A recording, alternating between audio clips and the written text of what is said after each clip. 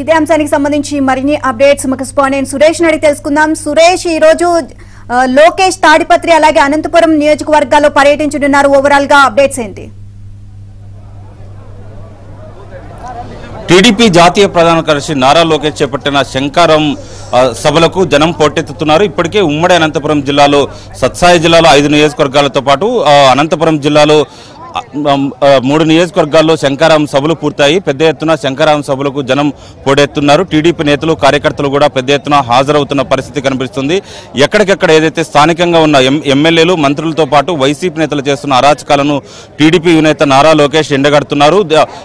నారా లోకేష్ చేస్తున్న ప్రసంగాలకు పెద్ద ఎత్తున టీడీపీ నేతలు కార్యకర్తల నుంచి కూడా స్పందన వస్తుంది. నారా లోకేష్ చేస్తున్న చలోక్తులకు కూడా పెద్ద ఎత్తున టీడీపీ నేతలు కార్యకర్తల నుంచి జోష్ వస్తుండటంతో కూడా సభకు పెద్ద ఎత్తున జనం పోటెత్తున్న పరిస్థితి కనిపిస్తుంది. ఈ రోజు అనంతపురంతో పాటు తాడిపత్రి నియోజకవర్గంలో శంకారం సభ జరుగుతోంది. ప్రస్తుతం మనం అనంతపురం నగరంలోని రుద్రంపేట సమీపంలో ఉన్న శంకారం సభ వద్ద ఉన్నాం. పెద్ద ఎత్తున టీడీపీ నేతలు కార్యకర్తలు కూడా ఇక్కడికి చేరుకుంటున్నారు.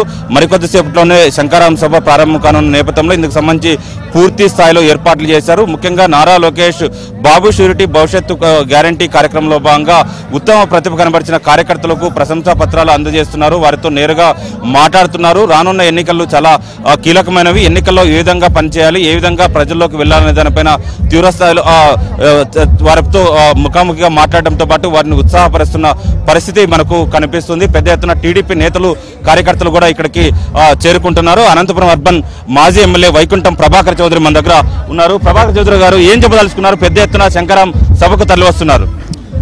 ఇది ఒక రాష్ట్ర వ్యాప్తంగా అనేక నియోజకవర్గాల్లో ఆనాడు యువగలం పేరుతో పాదయాత్ర చేసి ప్రజల్లో చైతన్యం తేవడం, ఈరోజు శంకరావం పేరుతో కార్యకర్తల్లో నూతన ఉత్తేజం కలిగించడానికి దోహదపడే రీతిలో ఈ కార్యక్రమాలు నిర్వహిస్తూ ఉన్నారు.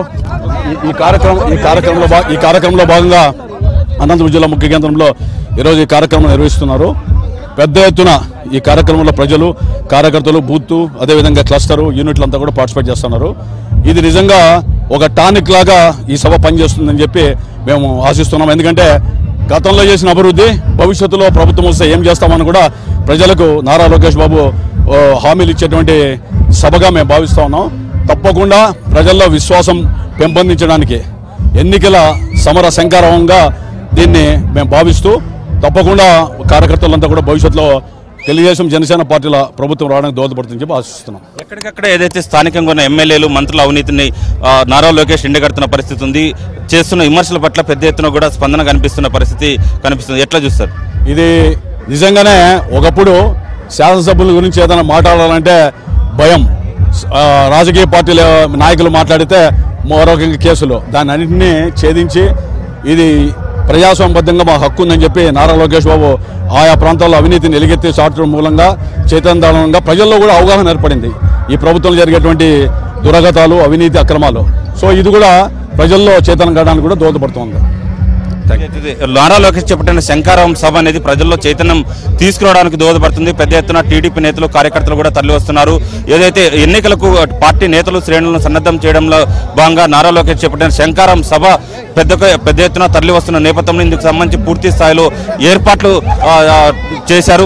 మరికొద్దిసేపట్లోనే అనంతపురం జిల్లా కేంద్రంలో శంకారం సభ ప్రారంభమవుతుంది. ఇక్కడ నుంచి తాడిపత్రిలో నిర్వహిస్తున్నారు.